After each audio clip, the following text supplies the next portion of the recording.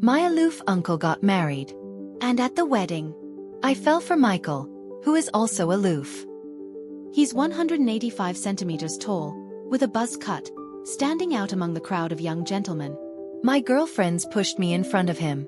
I stammered, "Can I have your WeChat?"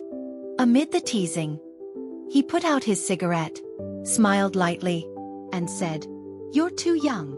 Welcome to listen to my full sweet love series novel. I'm the blogger and I'm Twilight's novel. Now let's start the main story. My uncle's wedding was a cause for celebration. The aloof flower finally descended from the altar. My mom was so excited she almost cried, saying it was a miracle. I didn't want to attend his wedding at first. Since I can remember, I've been most afraid of this uncle.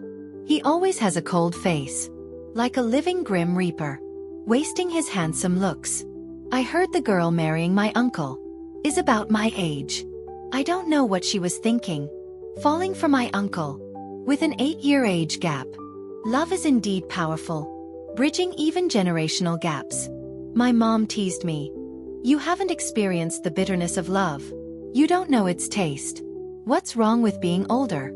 Older people know how to care. Your uncle may seem cold, but he dotes on that girl." While picking my wedding dress, I replied disdainfully, "Mom, even if I haven't tasted love's bitterness, I wouldn't like the uncle type. I don't want someone as cold as him. I can't handle it." But I didn't expect to be proven wrong so quickly.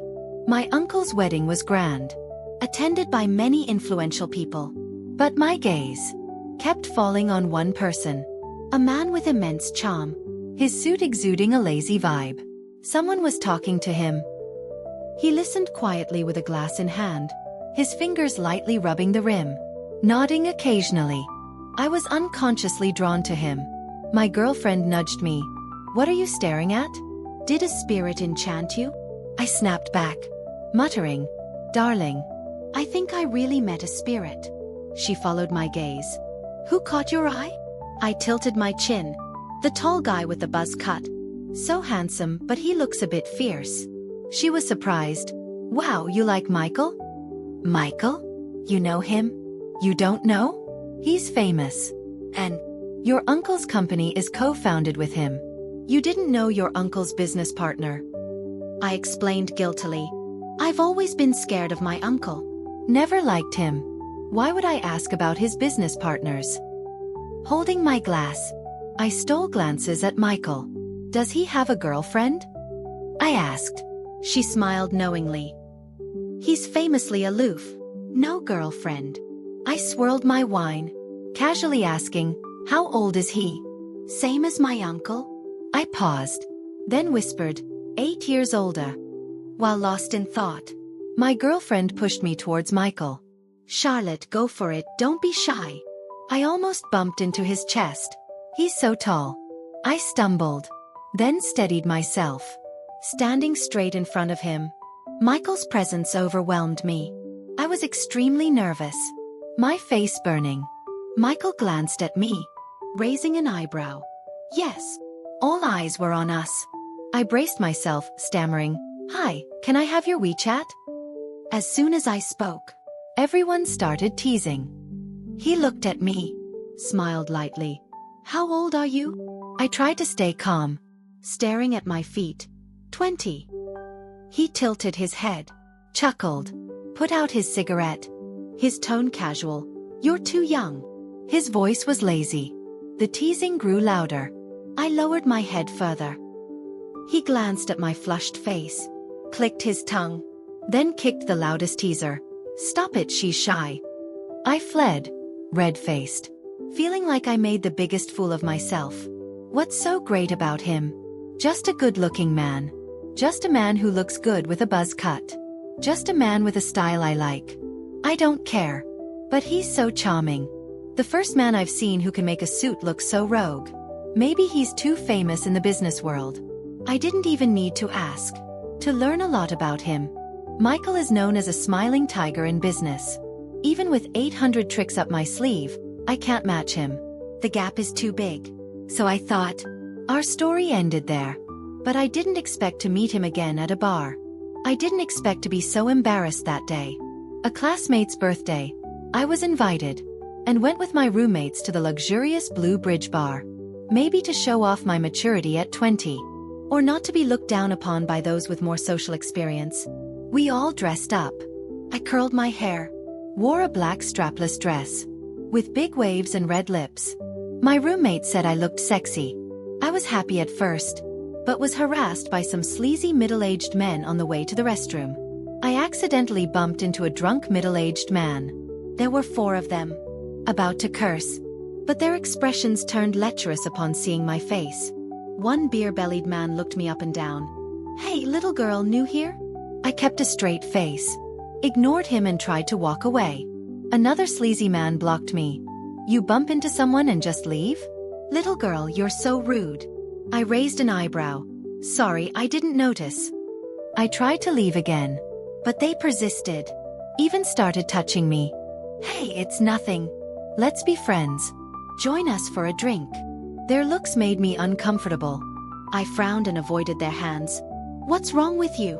We don't know each other." A younger man snapped. "You're really pushing it. Mr. Martinez inviting you is an honor. Stop pretending. Dressed like that, you're just asking for it. Trying to hook up with a rich guy." I was furious. "I don't care if you're Mr. Martinez or whatever. I'm not interested." He grabbed my arm, trying to drag me to a private room. I tried to break free but couldn't. He was too strong. I couldn't shake him off. He pulled me. I screamed for help. People from nearby rooms came out, but no one dared to help, seemingly afraid of Mr. Martinez. I realized, Mr. Martinez must be someone important. I started to truly fear. I called my roommate's name. They came out, shocked, saying, "Who are you? We're calling the police." They tried to pull me away, but the strength difference was too great. Even my roommates were almost dragged in. I felt helpless and regretful, thinking I got my roommates into trouble. I shouldn't have called their names. As chaos ensued, a lazy voice silenced the room. "What's going on?" I turned, meeting a pair of light brown eyes. It was Michael. Michael, hands in pockets, nodded towards us. "What's happening?" Seeing Michael, I instinctively relaxed. Somehow, I felt he would handle it, and wouldn't fear Mr. Martinez. Mr. Martinez released me, looking at Michael. "What an honor to see Michael here. Care for a drink?" Michael smiled. "No need for a drink. I'll take the girl." Mr. Martinez paused, then smiled. She bumped into me, didn't even apologize. Michael glanced at me, then said casually, "What do you want, Mr. Martinez?" Mr. Martinez looked at me with ill intent. "I won't make it hard. Just have her drink with me, and we'll call it even."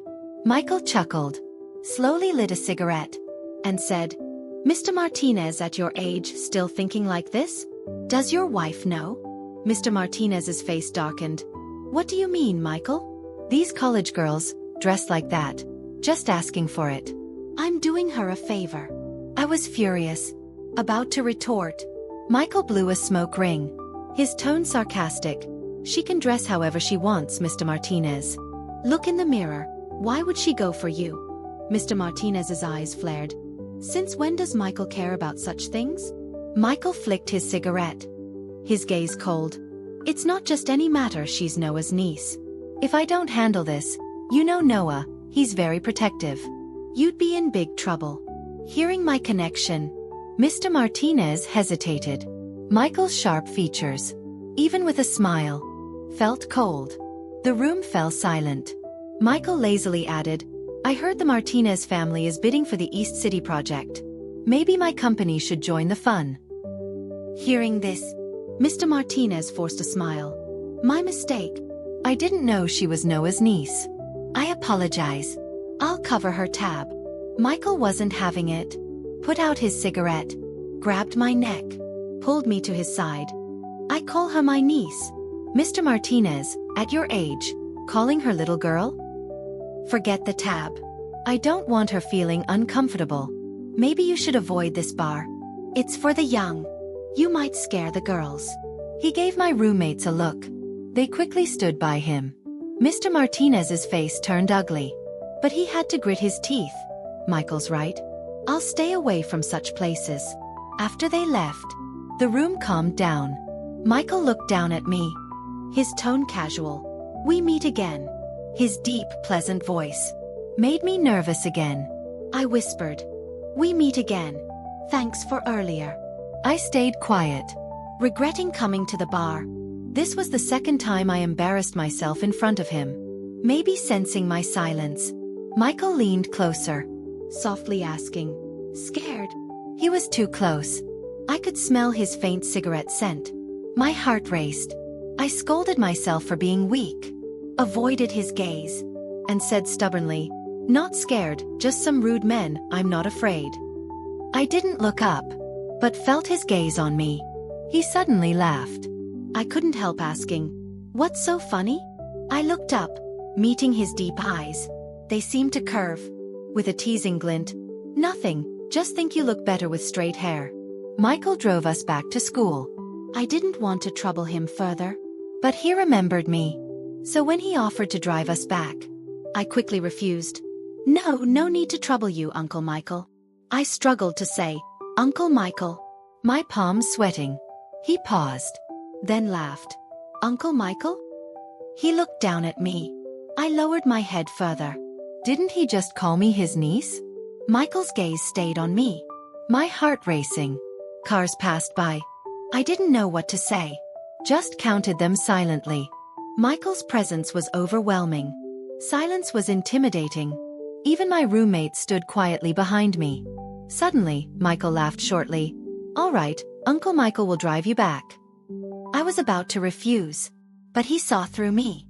Grabbed my neck, leading me to the passenger seat.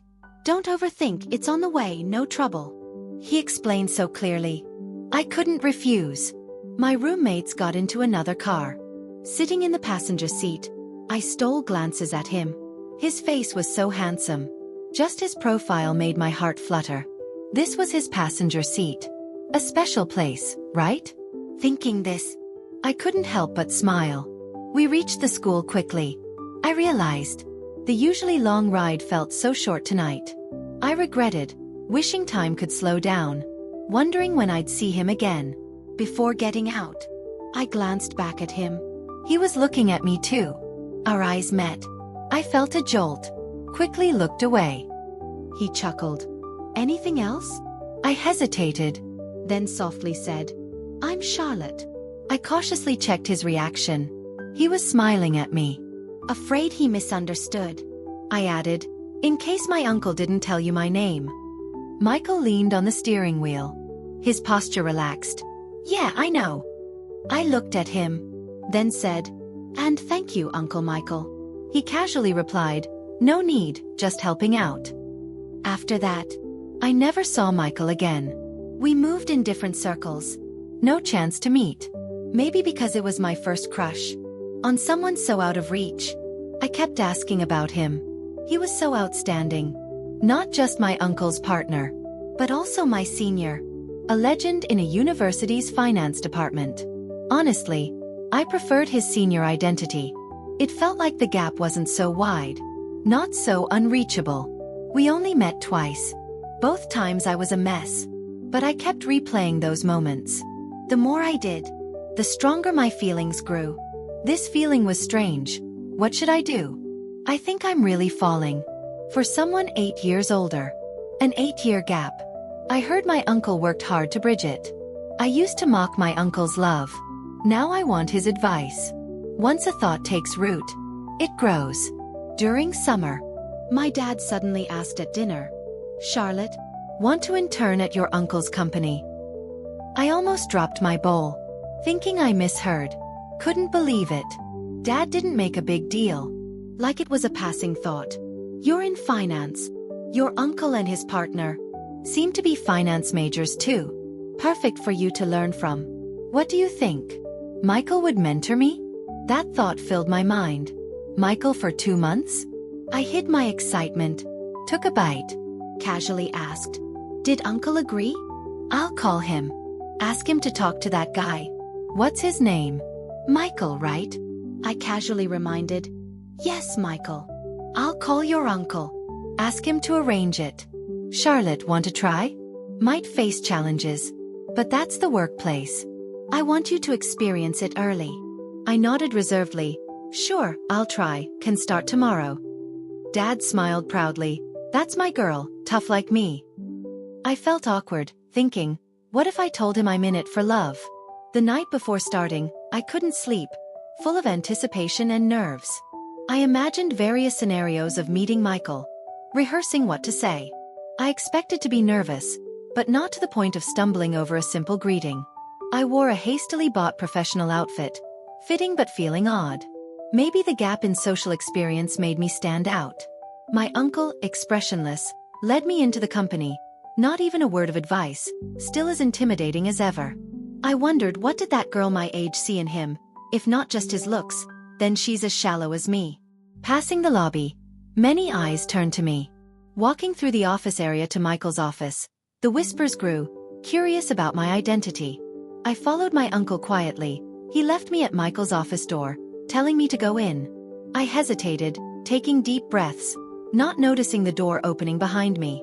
I whispered to myself, don't be nervous, it's just a man, nothing to fear. A familiar voice chuckled. Am I that scary? The voice I longed for startled me. I turned, forcing a smile. Hi, Senior Michael. Michael raised an eyebrow. Not calling me Uncle Michael? I explained, Dad told me you're also from a university's finance department, so you're my senior. Michael stared at me, making me uneasy. I asked softly, what? He chuckled. Nothing, just thought you've become more polite. His teasing was obvious. I knew he noticed my formal address, but I couldn't control my blushing. I changed the subject. Why did you come out, Senior Michael? He casually replied, to get you. 2 simple words made my heart skip. Uncle brought me to the door. Yeah, I know. I'll be under your guidance for the next 2 months. Not at all, we'll learn from each other. Thus, under the guise of learning, I shared an office with Michael. Michael's office was spacious, in black and white, mysterious, matching his demeanor. But the next day, pushing the door open, I saw a small, delicate yellow desk, which I loved. I couldn't help but run to it, ignoring Michael working nearby, thrilled. Michael, amused by my reaction, smiled. Like it? I beamed. Yes, did you buy it for me, Senior Michael? He casually replied. Just happened to. Even if by chance, I loved it. The yellow desk stood out against Michael's black one, drawing curious looks from visitors. I secretly rejoiced. Coming to my uncle's company with ulterior motives, I was surprised by Michael's dedication. Contrary to his tough exterior, he was attentive, noticing even my slight shiver from the cold, adjusting the temperature. Since I arrived, he never smoked in the office, the pack untouched. He seemed to care for me meticulously. I didn't know if it was his business habit, his upbringing, or if I was somewhat special to him. As for whether he treated me differently, I couldn't tell, nor dared to ask. Michael taught me much beyond school. Every time he leaned over my desk to explain, I'd stiffen. His warm breath on my head made my heart race, fearing he'd hear it. I didn't expect Michael to remember the Mr. Martinez incident. One day, he took a call in front of me, then looked straight at me. Feeling his gaze, I asked, "What's up?" He tilted his head, casually asking, "Remember Mr. Martinez from the bar?" I was puzzled. "Yeah, what about him?" He raised an eyebrow. "Want revenge?" I gritted my teeth. "Of course." Michael smiled, looking into my eyes, speaking into the phone. "My girl says yes, we'll take the project, prepare for the bidding." I was stunned, staring at him, his confidence evident, yet I felt inexplicably happy. My heart tingled. He called me my girl, and just took on the project. Oh no, I admire him even more, my admiration barely concealed. On bidding day, I was nervous, facing competition, especially from Mr. Martinez's company. Before we joined, they were the favorites. Sitting in the venue, I was tense. Michael sat beside me asking, "Nervous?" I straightened, nodding and shaking my head. Michael chuckled, leaning back, his arm on my chair. "Don't worry, with me here you won't lose." His tall frame, arm on my chair, made me feel protected, calming my nerves. The bidding showcased Michael's prowess, easily securing the project. Mr. Martinez's company, initially the favorite, was caught off guard by our sudden involvement. Mr. Martinez glared at us, his face turning green with anger. Michael stood up casually, his suit still exuding that effortless charm. Before I could react, he took my wrist and led me toward Mr. Martinez's group. Michael's hand was warm, his fingers long and slender, the slight roughness of his palm brushing against my wrist, sending a tingling sensation through me. As we approached, Mr. Martinez's expression grew darker. Michael stopped in front of him, a smirk playing on his lips. "Mr. Martinez, long time no see." Mr. Martinez glanced at me, then back at Michael, his voice tight with anger. "Michael, you really outdid yourself this time. Must be feeling proud, huh? Coming over to gloat." Michael's smirk widened. "It's just a small project, nothing to gloat about. Just wanted to make sure you didn't forget us, Mr. Martinez. Always good to know who you're dealing with before causing trouble." With that, he lifted my hand and placed it on his shoulder, his tone light but firm. "Let's give Mr. Martinez a proper greeting, so he knows who not to mess with in the future." I caught on immediately and said loudly, "Hello, Mr. Martinez." Mr. Martinez's face twisted in anger. He spat out, "You win this time," before storming off with his team. Michael turned to me, his voice soft. "Feel better?" I looked up at him, unable to hide my smile. "Much better." My admiration for him was evident in my eyes. Michael seemed slightly uncomfortable, looking away as he said, "Let's get you home. It's on the way." From that day on, something shifted between us. There was an unspoken tension, a subtle change in the air. I didn't expect that tension to break so soon. It was an ordinary day when a beautiful woman walked into Michael's office. She looked familiar, but I couldn't place her.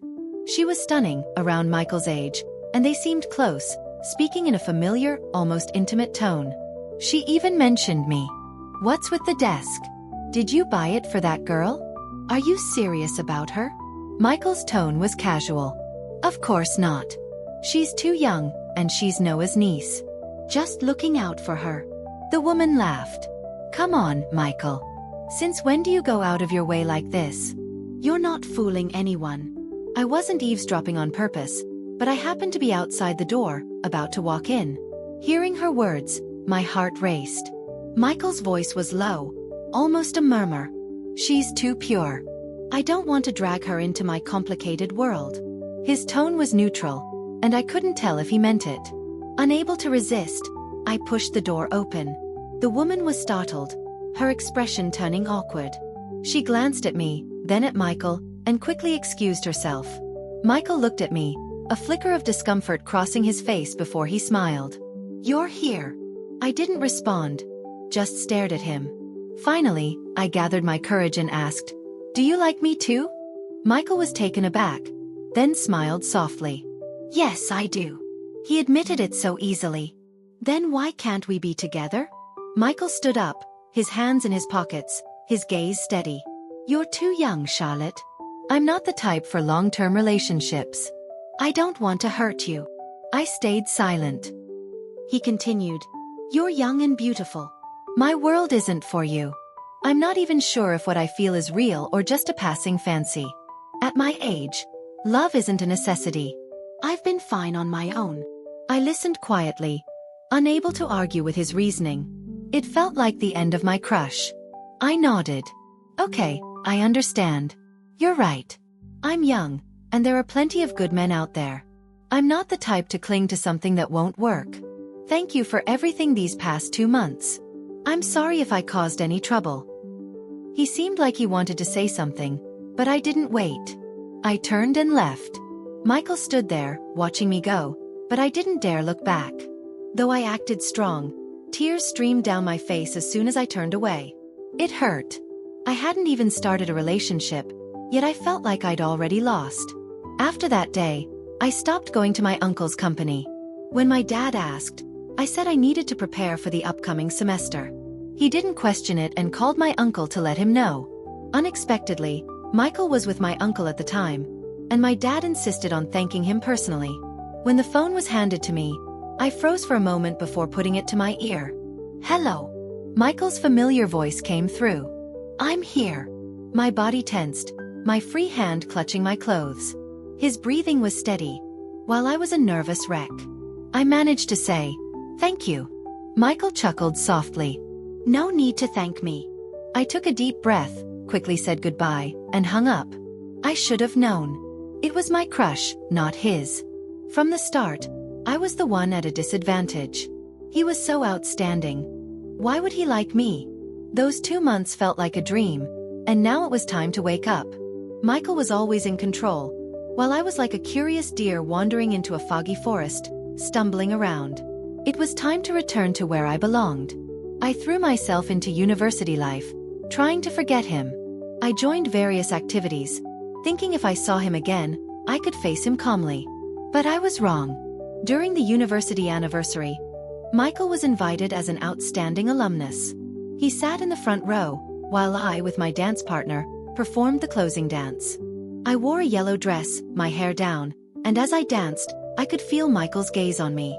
I managed to finish the performance without a mistake, but inside, I was a mess.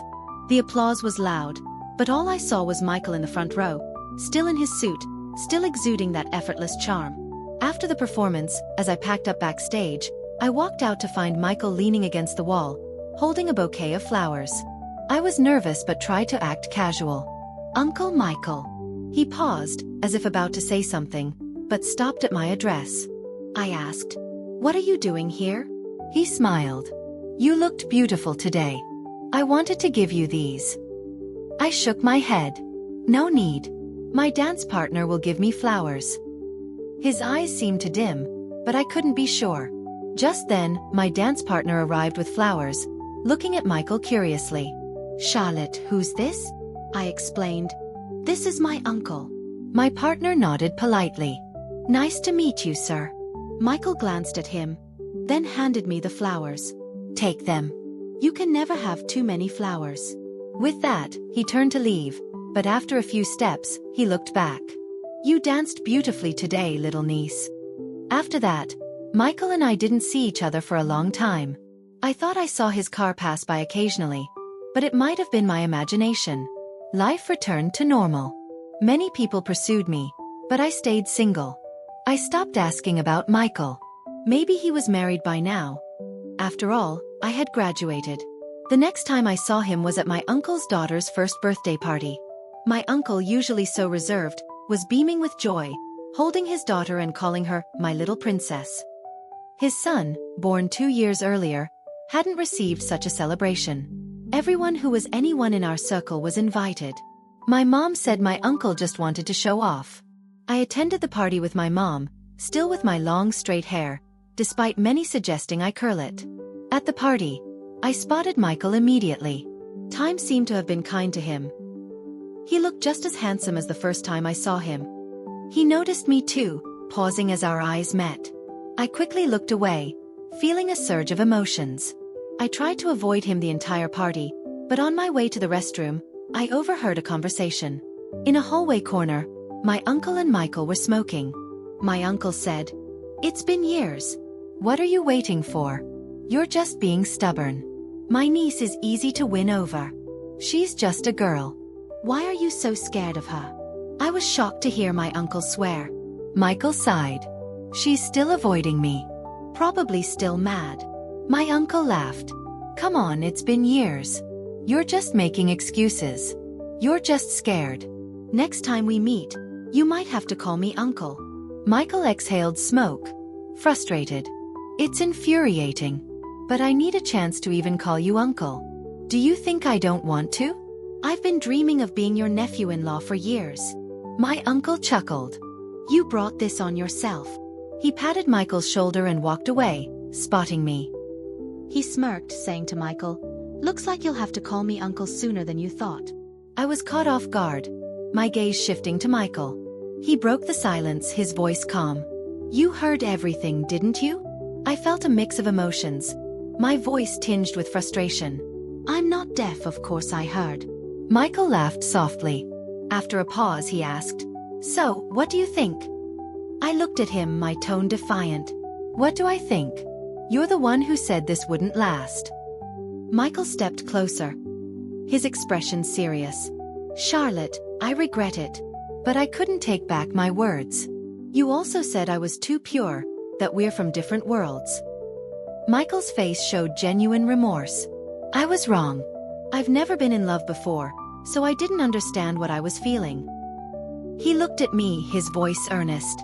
Charlotte, can you give me another chance? I tried to hide my smile, keeping my tone neutral. You want a chance?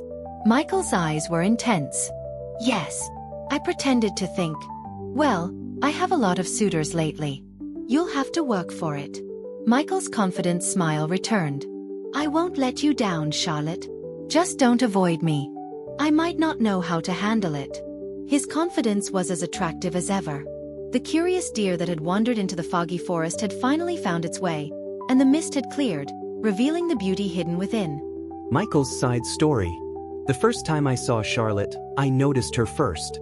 She was wearing a yellow dress, a sun hat shading her face, her hair smooth and straight, looking so innocent.